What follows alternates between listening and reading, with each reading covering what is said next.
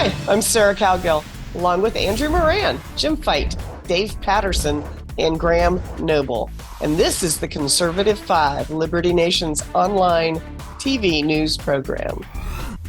On today's episode, America is their hope. The panel discusses uncovered conspiracies to censor in Facebook file frenzy. And what is up with Biden and his bromance with the Red Menace? And why is the U.S. smooching on China? And we'll debate the merits of living in a tiny community in Try That in a Big Town. Finally, our rapid fire trivia game is back in Just for Fun, Volume 39. All this and more coming up in this edition of the Conservative Five. Let's see.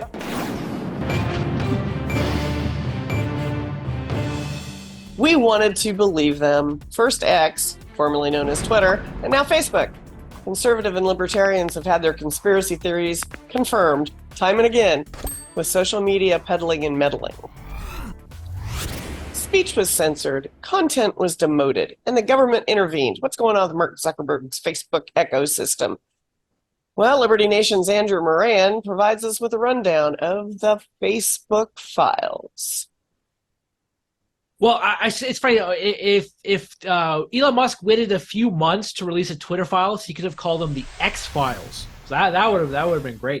But but your opening was exactly correct, Sarah. It all started a couple weeks ago. Representative Jim Jordan, he released the first part of the Facebook files, and they essentially confirmed everything that conservatives, libertarians have warned about for years. They confirmed that the FBI kept in regular contact with Facebook as they deal with Twitter, specifically an agent named Elvis Chan. They show that Facebook employed measures to stifle content that contradicted the approved narrative. But one of the most comical components of all of these Facebook files was the obsession and determination of the administration targeting humor. In Facebook files 1 and 2, I believe, they got so upset about this one meme, and it was of Leonardo DiCaprio from that Tarantino movie, Once Upon a Time in Hollywood, and it was him pointing at the screen, and it had a caption, 10 years from now, you'll be watching TV and hear, did you or a loved one take the COVID vaccine? You may be entitled. And that just caused so many officials to freak out and demand that post be censored. So overall, the Facebook team, they like Twitter, there was some pushback, but overall, they just conceded to the administration, cave into the pressure, and demoted, censored, and erased content. Graham, I used to be a Facebook freak. I used to be on there all the time. I'm looking up high school classmates and spreading the good word of Liberty Nation. And I got so sick of Facebook that I just have kind of pulled way off the site. And, I know that you kind of disappeared for a little while too. And I know you've got something to say about this. Yeah, I felt the same way. I tend to disappear from Facebook for weeks at a time now, just because I'm kind of tired of it. Really, the only attraction with Facebook is, number one, it does enable me to maintain a line of contact with a few people that I want to have contact with, and Facebook is my only means of having that contact, because they're in other countries or whatever. And of course, it's always good for a laugh. Like all social media is good for a laugh quite often. But coming back to that one particular meme that we're talking about, that meme is on the money, because that is going to happen. It's inevitable. It's inevitable that maybe 5-6 years from now, maybe sooner, but I reckon like 5 or 6 years from now, you will get these kind of ambulance chasing lawyers putting ads out like that. Yes, did you have adverse effects from the COVID vaccines? It's coming, and of course, when it does, we're all going to have a jolly good laugh about that, I guess. Jim, unless you took the vaccine, of course, in which case maybe not. Well, I still listen to professionals that I know in the nursing profession, and they all had the vaccine, and one of them is still, oh, you got to get it or you're going to die, and the other one is like, oh, please don't get it, it might kill you. So there's a lot of good information, bad information out rolling around on this. Do you think, Jim, that this hearing accomplished anything other than to tell us that we were right all along? Well, I don't know if it really. Let me think of the best way to answer that. I think the primary thing it did was it told us, those of us that were the kind of the, if you will, conspiracy theorists, which is, I like to say, not all conspiracy theories are wrong, but yeah, it was our confirmation. But more important than that, maybe it's a little bit of an eye opener to everyone else who was like, oh, those guys are just crazy. That's just some right wing conspiracy. Maybe now some of those people will realize, hey, no, that really happened. I mean, I didn't foresee this exact thing happening, but I saw this sort of thing happening years ago, and I'm glad we got the hearing. I'm glad we got this dump of information. Not glad they're doing it, but I knew they were doing it, so I'm glad it's out in the open now.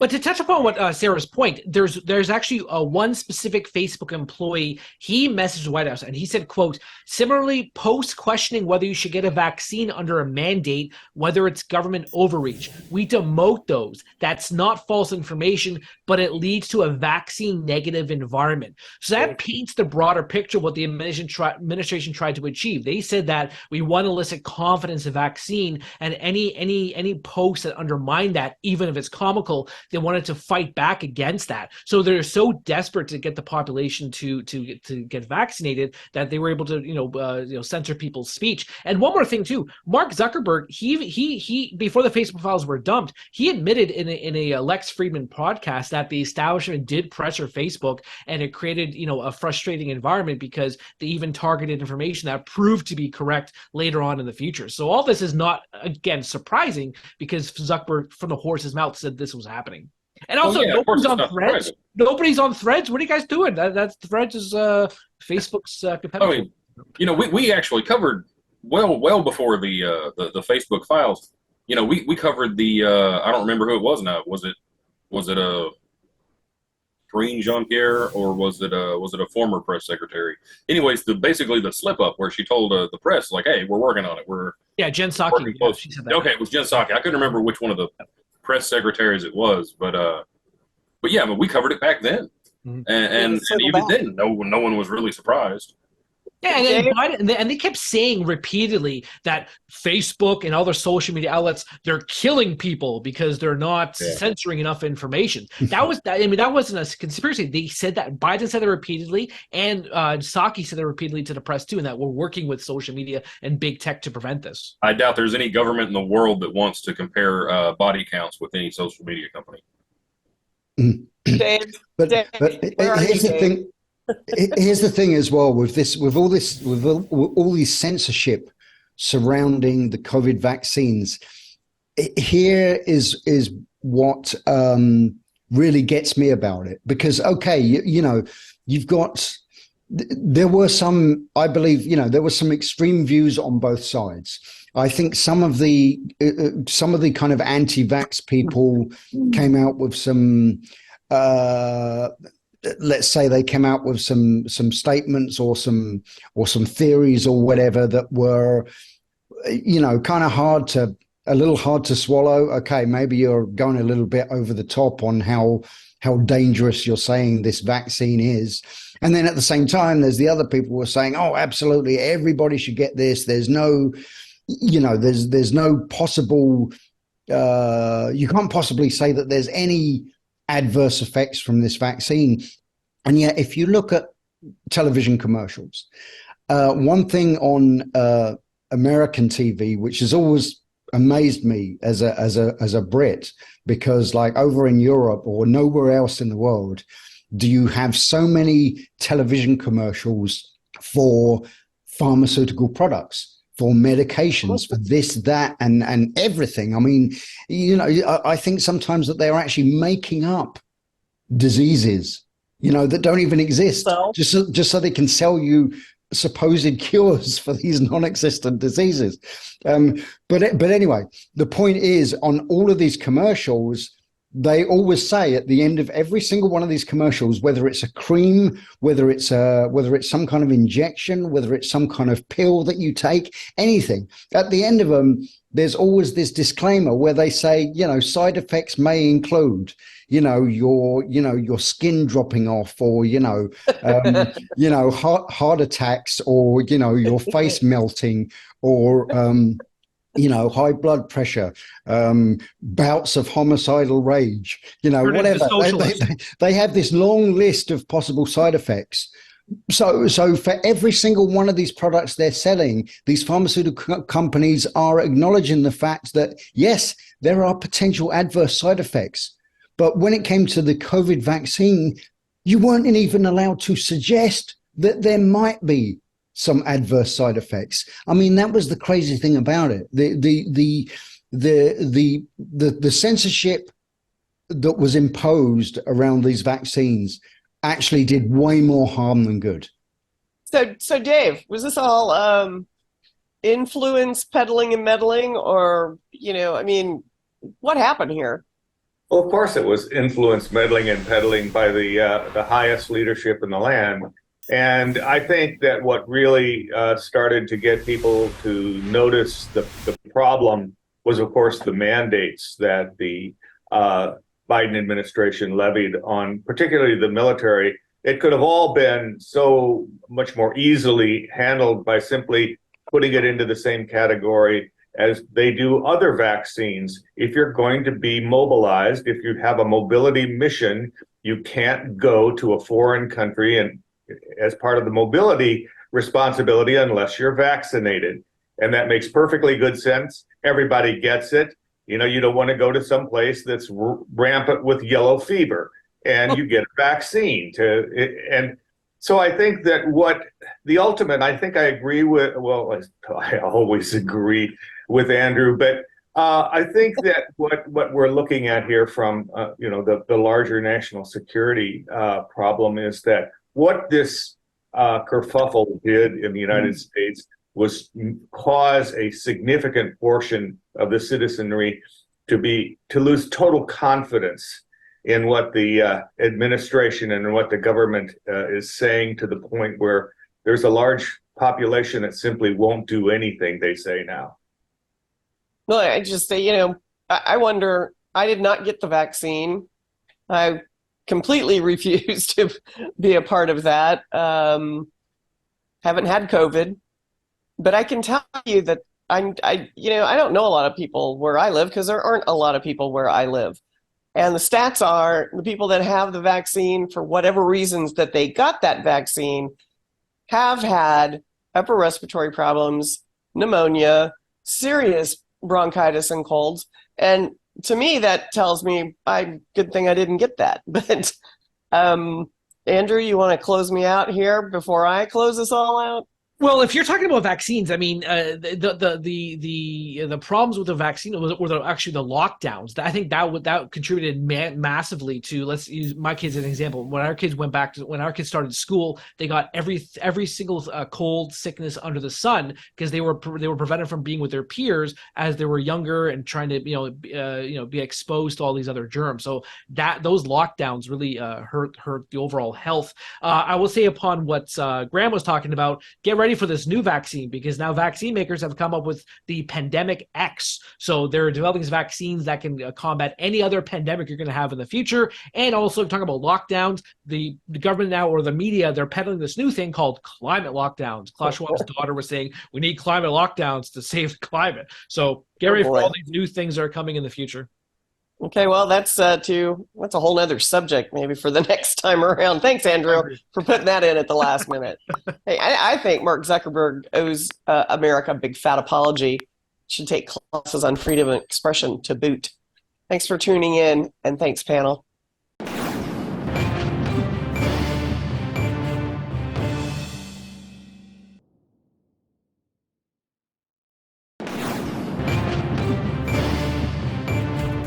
Hi, I'm Sarah Cowgill, along with Andrew Moran, Jim Fight, Dave Patterson, and Graham Noble. And this is the Conservative 5, Liberty Nation's online TV news program.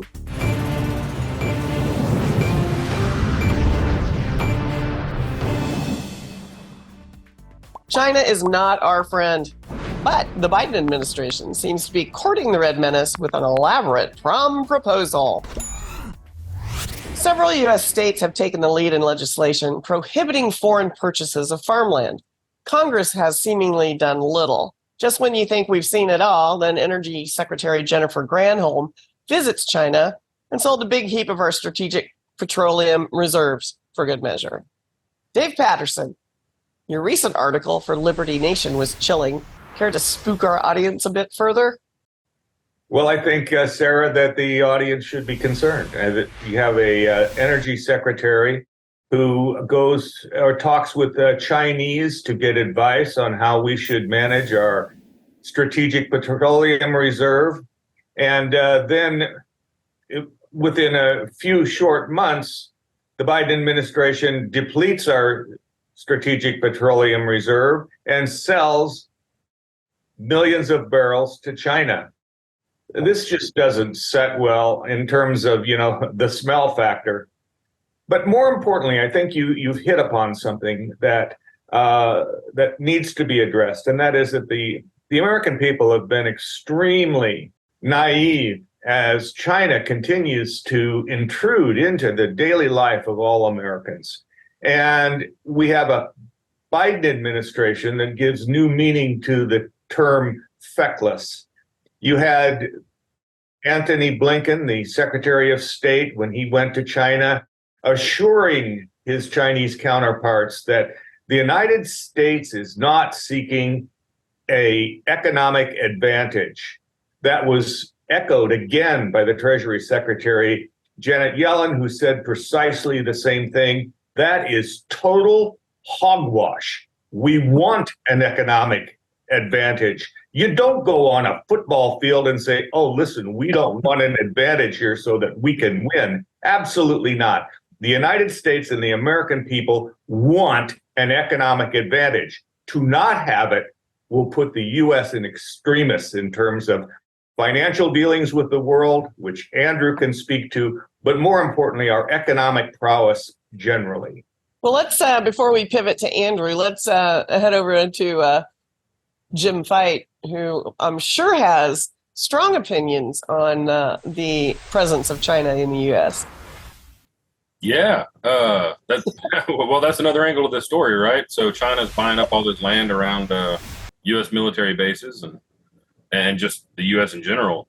That if that doesn't freak you out, then I don't know what to say. That's pretty scary. But you made the point. China's not our friend, and that's true, generally speaking, for the American public. But you have to ask the question: well, what about the Biden administration? Maybe China is their friend. There's only two reasons that you behave towards China the way Biden has that I can think of. And I'm not going to lay blame. I'm just going to like he profits from it. No. I'm not going to lay blame. I'm just going to lay him out there. You pick the one. You pick the one that you like best, Sarah. Either it's appeasement because he thinks that this is actually going to get something good for the U.S.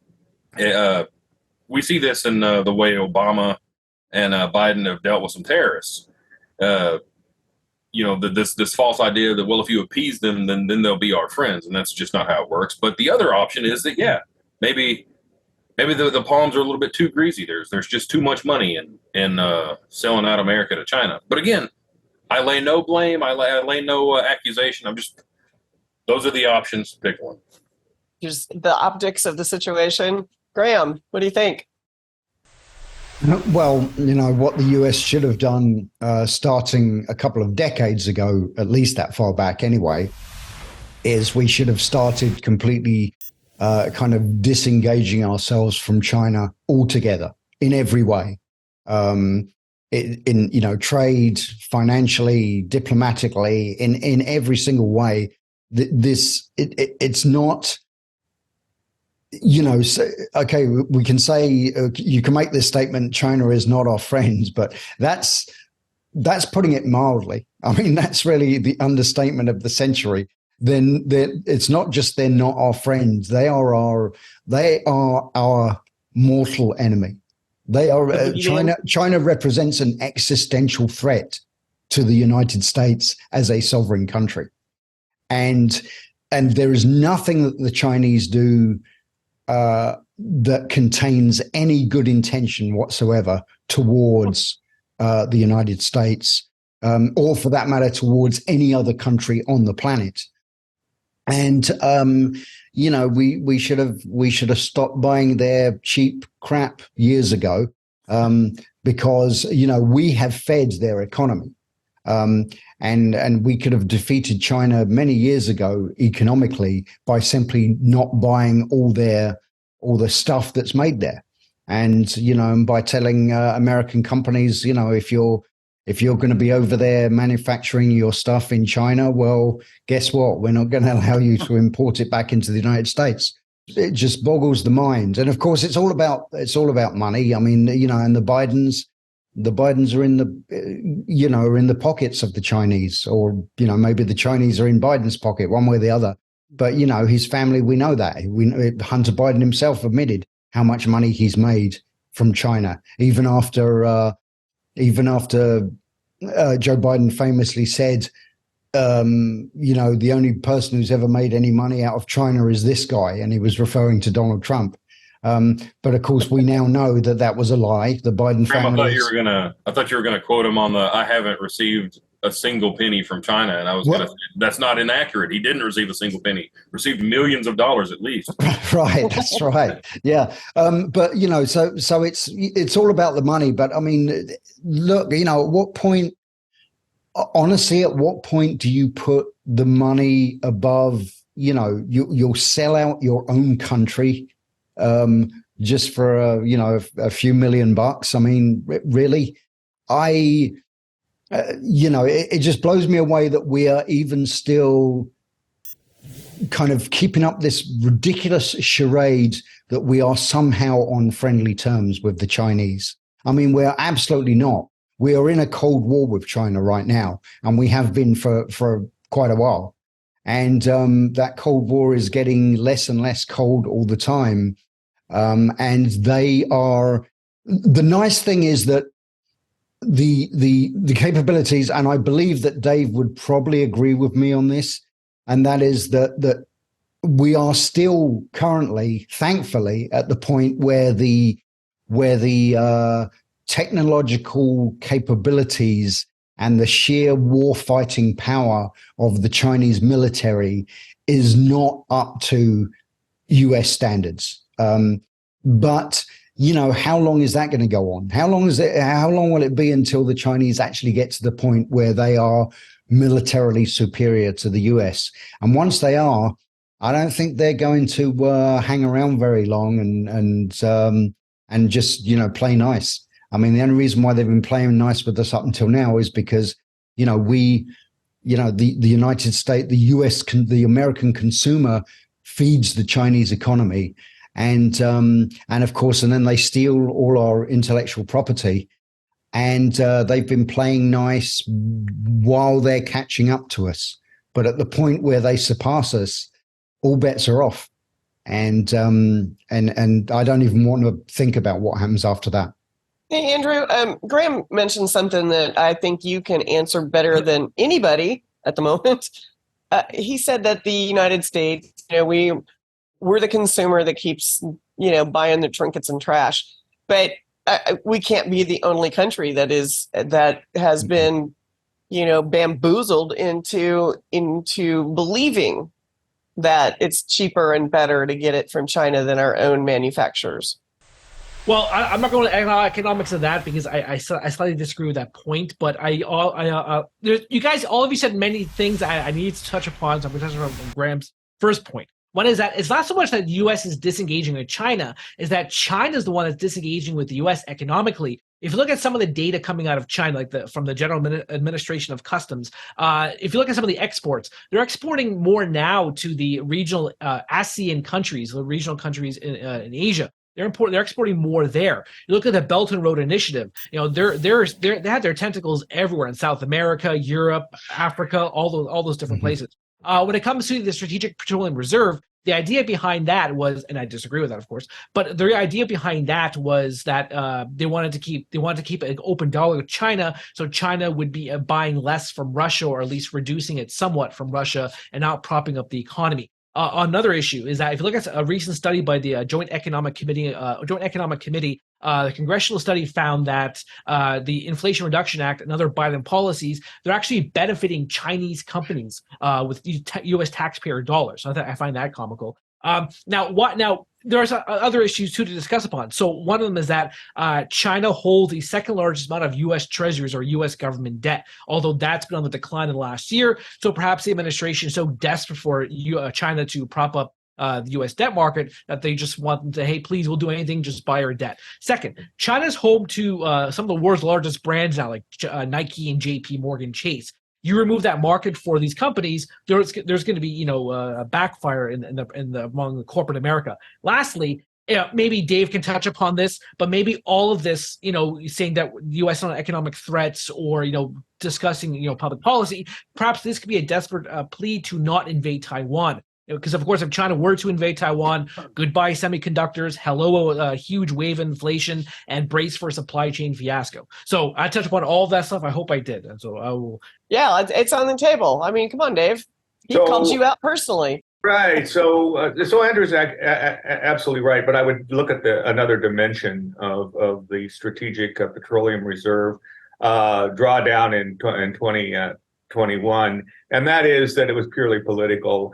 The gas prices were rising at a rather steep trend, and people were really upset. And you found little icons on your gas pump that said, with Biden, that said, "I did this," at an extraordinarily high price for gas, and he wanted to do something that would be visible that he was trying to get the gas prices down. So he sold off the largest sell-off of the Strategic Petroleum Reserve in history up to that point, just to drive the price of gas down. He said that. So did Granholm. So it's not like a secret of what their purpose was. But I would take this a little bit further. It's not just the United States that's held hostage to China and the Chinese Communist Party. I still absolutely have no earthly clue as to why the World Trade Organization considers China a developing country and gives it all of the privileges of Niger. I mean, that is absolutely absurd. It is not a developing country. Perhaps, Andrew, you have an answer, but it's crazy. Andrew's chomping at the bit. Yeah, there's so much I want to touch upon here on what Dave's talking about. So, for the official reason, I would say official, but from a lot of economists and market analysts I've spoken to and political experts, the reason behind that is because they're trying to push China to lower its interest rates on and restructure its debt deals with a lot of poor countries that have borrowed from China. So a lot of Northern African countries, Middle Eastern countries, they've borrowed so much from China over the years as part of that Belt and Road Initiative. If you look at some of the numbers, their average interest rate for a Chinese loan to these countries is about 5%. One from the international community, like the IMF, is about 2.5%. When it comes to the Strategic Petroleum Reserve, Dave's right. I mean, look at the numbers. It's down from, I think, 40% from when Biden took office. But good news, it rose 995,000 barrels in the previous week, according to the EIA, which is a 5-week high. So yay on that part. But one thing too, China is preparing for something. Its economy is not performing as many as hoped in the post-pandemic environment, but it's preparing for something. It's been stockpiling oil. Last month, 17% increase in oil imports. It's been stockpiling gold. It's been one of the biggest. The central bank has been one of the biggest buyers this year and over the last 12 months. And it's been scooping up so many agricultural commodities like soybeans. So perhaps we can get a whole other discussion on this, but obviously they're getting ready for something, because if your economy is doing that poorly and you're spending, a higher price for Urals, which is the Russian oil, you must be getting ready for something. And I've read about gold. One of the reasons why they've been buying up gold is because they want to circumvent any apparent Western-led sanctions should they invade Taiwan. So there's a lot of things you have to be watching out when it comes to China, particularly on the economic front. Well, the consequence. I don't want to dominate the whole conversation. The consequence, Andrew, of the Bidenomics, which I believe you coined, as opposed to them. But the consequence of the oil transaction was that once again, Biden has captured what I think is absolutely axiomatic. You always buy high, sell low. Well, if you look at during the Trump administration, Trump during the pandemic when oil prices were crashing to, I think it was negative territory of the February futures contract at the time. He wanted to buy oil when it was at $20 a barrel. But the Democrats, they complained saying, oh, you're trying to bail out big oil or trying to bail out your friends. But it's absolutely ridiculous because imagine the emergency stockpiles he would have accumulated at that time for just $20. And now, that filling up, that replenishing of nearly 1 million barrels, he's spending it at $80 a barrel. So it's terrible Bidenomics management. It's really frustrating to watch.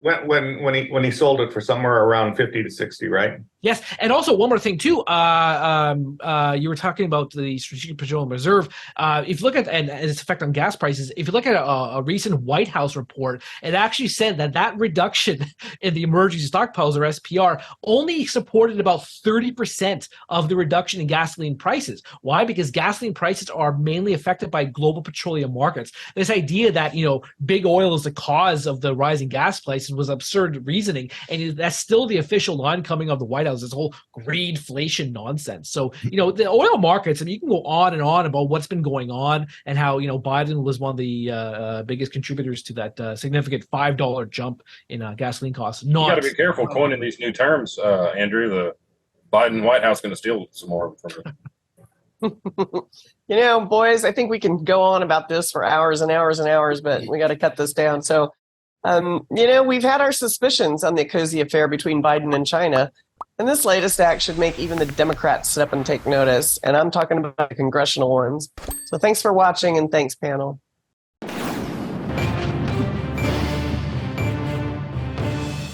Sergeant Lawrence Ritz was laid to rest in a quiet cemetery in a very small town. Ritz was shot down over Romania in a B-24 bomber on August 1st, 1943. It was World War II Operation Tidal Wave. The story of a returning soldier may not be the biggest news of the day, but this hero's story needed to be told. There wasn't a single person in our tiny rural community who had ever met the young man, yet hundreds participated in a 3-mile procession to his final resting place. A horse-drawn caisson carrying his flag-draped casket, a 21-gun salute followed by taps, and a B-52 flyover. The family paid nothing. The community simply took it upon themselves and showed up. During our topic prep this week, there was a lively discussion on this very subject, the small town versus big town. Many of you may not know, but Graham is a combat veteran and comes from a military family. He has seen the best and the worst, and he's not in agreement much with me. So, my friend, you have the floor. Well, I just think there's a lot more nuance to the argument or to the discussion of, is small town life better or is city life better? And the reason why I say that is because I've lived in, worked in, or spent various amounts of times in more cities around the world than I can remember. And some of those cities were less pleasant to live in than others.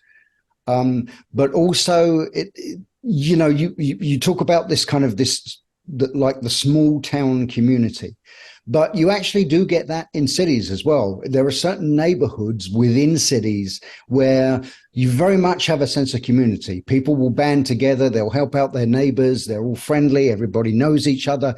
You still have that. And of course, you have to remember the fact that big cities tend to draw in a lot of people from different backgrounds, different upbringings, different worldviews, different religions, and all this kind of stuff. They are kind of a melting pot to a large extent. Many cities are, and of course, where are a lot of those people coming from that are actually moving into those big cities?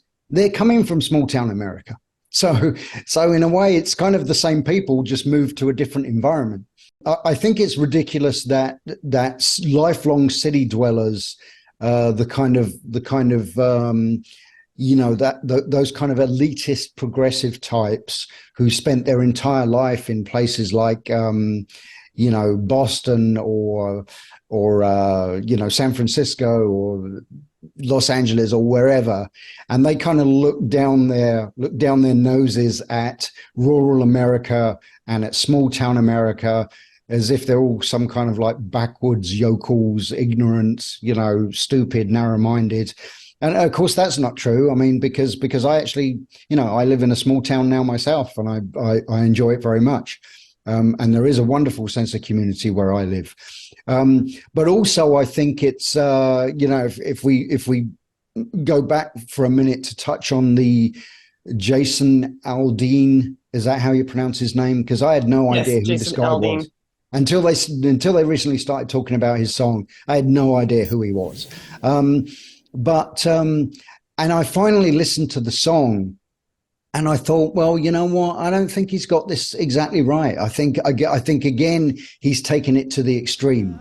That all of small town America is this wonderful communal atmosphere, and everything's wonderful. There's no crime, and everything's fantastic, and the cities are just terrible places. But of course, I don't think he was doing that at all, Graham. I think what Jason Aldean was doing was pointing out that if a bunch of people showed up and tried to start a riot and burn police cars and knock out windows in buildings, they wouldn't get very far. Not around here. Yeah, and well, you know that. I think that's fair enough, but also small town America has, there are small towns in America that are riddled with drug abuse and all kinds of problems. There's all kinds of social problems. The entire world's riddled with drug abuse. You really can't get away from that anywhere. There's no I know, but this is the point I'm making, Sarah, is you cannot draw those lines of distinction that, small town America is great and big city America is terrible, because there is so much nuance to it all across the board. But I think the main problem we're getting to now is, and it always, unfortunately, it comes back to politics, and that is that in many of the big cities in America, and let's face it, all of America's big cities are run by Democrats and have been run by Democrats for years. And it always makes me laugh how, some of my left-wing friends love to talk about how in the South, in the South, there's still gun, there's lots of gun crime and there's lots of all these problems and that. And I'm like, yes, and that's in all the big cities in the South, which are all run by Democrats. Yeah. And the problem is the lack of respect. I think what the one difference, and I think the one thing I think you would agree with me on, and that is that one thing it comes down to is respect. And in big cities, you gradually become like there's this anonymity factor in big cities where it's easy to become anonymous. It's easy to move around in a big city surrounded by millions of people, and nobody really is paying attention to you or what you're doing or whatever. And I think that anonymity and that kind of disconnect from your fellow man, if you like, along with the Democrats' refusal to see anybody as a criminal, unless you're white, of course. But if you're not white, then you can't be a criminal. No matter what you did, you're not a criminal. You are a victim. And whatever you did. Graham, I'll give you. And I think those factors combine to create the kind of levels of lawlessness in the big cities that, yes, it is true, you do not see in small towns. Because I know in the town that I live in, yeah, if a bunch of Black Lives Matter people, started rioting here where I live, yeah, that wouldn't last very long at all. Yeah, exactly. I wouldn't ever want to come up against you anywhere and make you mad. But Jim, I'm going to pull you in on this just because we know that anonymity in a small town just means you're a hermit. that's that's a good synonym for us. So you're up. Let's talk, buddy. Yeah, I get the point Graham's making. And his argument's not exactly the argument I thought he was going to make. I thought he was going to go the full throated defense of like the big city life is superior to country life and all that. But, Jim, it's possible that maybe 10, 12 years ago, I might have done that, but no. From what I've learned and what I've experienced over the last few years, no. Comes from. There are good and bad things about living in a city. I know for a fact they don't, Sarah. I've talked to people that who don't know that bacon comes from pigs. Like literally, I had someone tell me one time they didn't eat pork, but they ate bacon, and I'm like, well, that comes from a pig. No, it doesn't. Where does it come from? Walmart. That's a grown adult individual, Sarah. Like I'm not even joking. We raise crops. We do the whole thing as farm people. So, But no, apathy. Apathy, I think, is the issue central to if we pull it back in kind of to the middle where Graham's saying, where it's not like nobody in the city has any sense of community or small town life is so perfect. If we pull away from those edges to the middle, we're still left with that sort of, as Graham said, that anonymity of being one in a sea of millions. That the apathy of who cares? Like, it's not my problem. And you get, I think, less of that in smaller towns, and to kind of, I like how people are always talking about big cities and small towns. What about just out in the middle of nowhere? I mean, I've lived in places where I had to sleep in a tent and cut a driveway in before I could actually even get into the property, and so I mean, that's even that going from a small town to that is about as different as going from a big city to a small town, because you've got nothing, and how well do you know your neighbor? Well, your closest neighbor might be 20 acres away, and you know them pretty darn good because it's them and the bears. The only one you got. Yeah. So you get even less of that out in the country, unless you've got the hermit complex thing, like you mentioned. Well, the apathy is kind of forced on you if you live in a big city, because in a small town, you walk down the road or you drive down the road and you pass people who you may know, but you may not even know them. And as you pass, and depending on the size of the town, it's the same people. Well, yeah, I mean, but you might give people a nod. You might say, morning, or anything, any kind of greeting like that. If you're in a city, you can't do that because you'd be walking down the street going, hey, morning, right, hey, how are you doing? Great. There's just too many people. So I did that. Cannot acknowledge them all. You guys, I just caught Dave rolling his eyes so hard I think he might have blacked out for a minute. So, Dave, did you just have a thought that you couldn't express out loud? Well, I think that you start talking about these cultural norms and extremes, and you're going to get examples of all kinds of different things. I can find myself agreeing with Graham, completely. And you find in large cities, you find pockets of community that are extremely, small community like. And then even if you take it in a larger context, I mean, you have the coming together, particularly in crisis and grief of, for example, a policeman in New York is killed. You will see the entire police community gather as one to celebrate that person's life. Very similar to what you would find in a small town where you have the return of a World War II hero. So it's very difficult to make these generalizations and come in to say, well, they're like this or they're like that, because you find elements of our culture, because we are, quite frankly, the melting pot of the world. So we're polarized by issues, but we're brought together by common bonds of crisis and community. Well, here's what I want to point out about this, that I made such a connection to. I live here, so I knew exactly what was going on, and it all came together in a matter of 2 or 3 days. It was just an amazing experience. And what I picked up on the most was this was quick. Nobody knew it was happening. It wasn't on the TV. It wasn't on the news because, news doesn't cover us out here in the middle of nowhere. And yet, nobody had ever met this kid. People turned up, lined up, just forgot everything that they do on a busy Sunday around here and showed up. And that would not happen other in a big town. It would not happen unless it was planned and televised and everything else. Would not happen. And so I'm going to say, I'm still telling you that it was more important for these people to bring their kids out who stood solemnly. They weren't screwing around and, drinking pop and throwing crap. They were actually paying attention.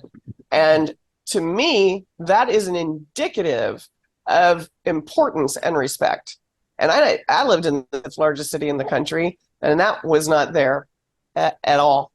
That was not there. These people took time out from a Sunday.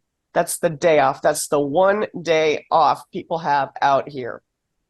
And they still showed up. Didn't have to. Nobody had ever met the guy. So that's where I was going before I went a little crazy on y'all. But anyway, Andrew, talk, please, Andrew, talk. Well, Save me here. Well, there's so much. Okay. I'm not. I love being lost in a crowd. So I'm a city boy. I don't like people focusing on me. I don't like a crowd. I don't like being center of attention or any of that stuff. So Toronto's for me. But at the same time, North America's fourth largest city. It's deteriorating. People want to leave this city. You look at during the pandemic when the Bank of Canada slashed interest rates near zero and mortgage rates were rock bottom. People just fled Toronto and went to the suburbs. They went across the GTA, left all the major urban centers, to take advantage of these low prices. And also, if you want to build a sense of camaraderie in big cities, all you have to do is take the idea from Seinfeld, where you give everyone name tags, and everyone can say, "Hey, Phil. Hey, Bill. How you doing?" You can do those things. Yeah, we don't need that. Hey, I'll say this, though. We don't need Jim. Do we need name tags out in the middle of nowhere? Hey, you know what? We don't. I call people the wrong name all the time. Nobody cares. The very first time I ever visited DC, I was 15 years old, and I was waving at people or nodding, like not quite to the extent that Graham was mimicking earlier, but like when we talk about cultural differences in the rural country, when especially in the South, if someone looks at you for long enough, it requires something. 10, 15 seconds is a head nod. More than that, you got to open your mouth and speak. So this guy, I'm walking down the street. I'll never forget this. I'm walking down the street. This guy looks at me. It's like, I'm not counting it out, but it's probably about 10 seconds. So I just give him one of those. And he's like, "You got a problem, kid?" I'm like, "No, I was just like, hey, what's up?" I mean, she's like, "What's up with you?" But anyways, yeah, it was crazy. I was like, "Well, screw this. I'll never go back to a big city." But obviously I did. But I will say this: we all have to want to, here and there. Right? If my options are, if you take away the option of out in the country, and my only options are a small city with all the same BS rules of any other city in the country, or a big city, I'll pick a big city any day, because at least then no one notices when I break all those rules. Anyways, that's it. All right, so we figured out Andrew can't live in a big city because he's a hermit. Jim and I are hermits.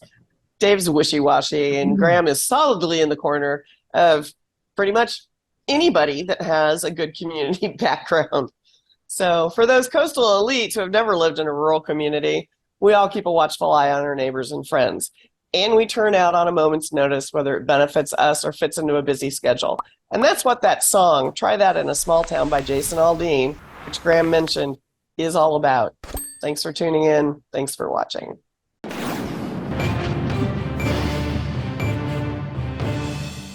Andrew Moran, our economic comic, is our host for this episode of Just for Fun.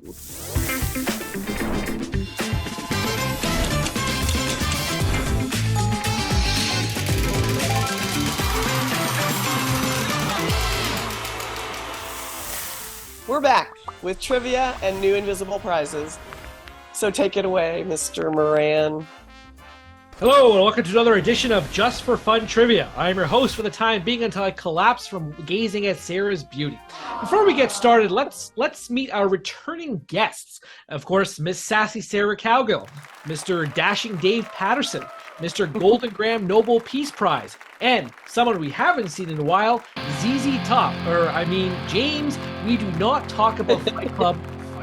So now on to the big show. Since the first Republican primary debate of the season is upon us, let's take a trip down memory lane and see if you remember these gaffes, oops, and memorable moments from previous GOP primary seasons. And as always, please wait until I deliver all 4 responses before answering.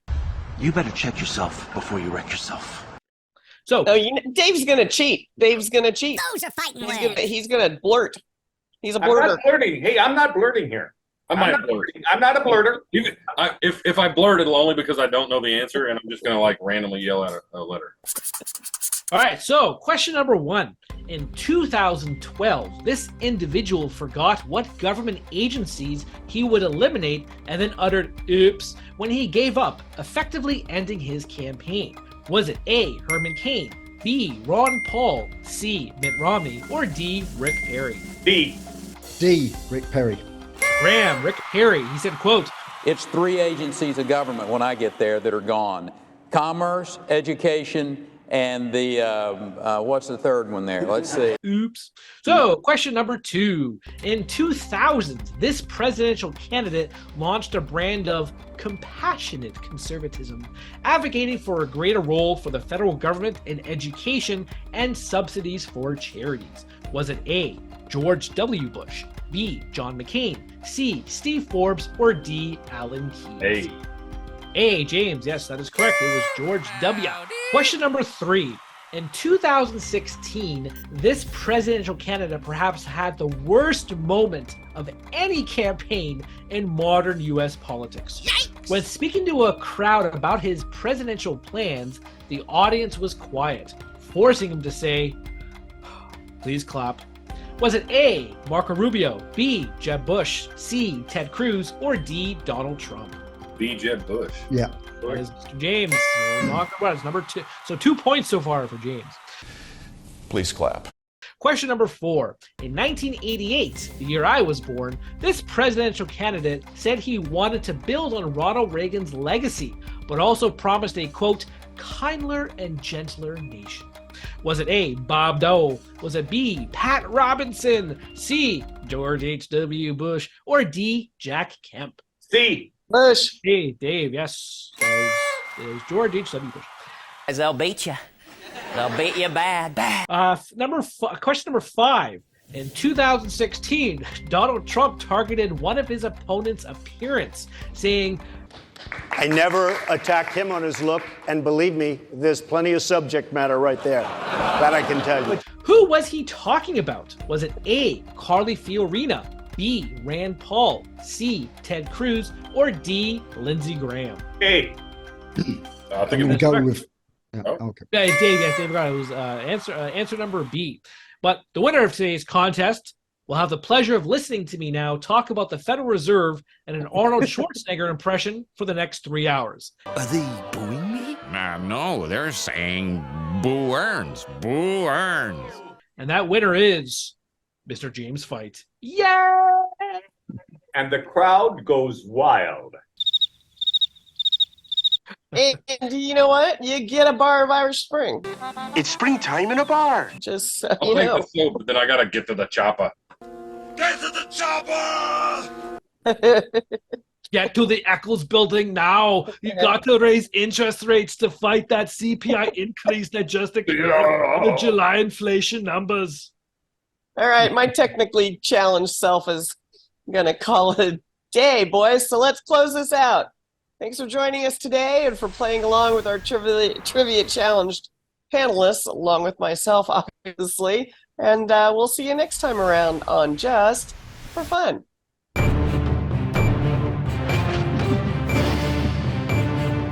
That's it for our Conservative 5 panel today. Check out our other C5 shows and segments on your favorite video platform. YouTube, Vimeo, Rumble, we're on them all. As well, Liberty Nation has its own Roku channel where where you can see all of our TV productions. I'm Sarah Cowgill. Thanks for joining us today. Free thinking, free speech, libertynation.com.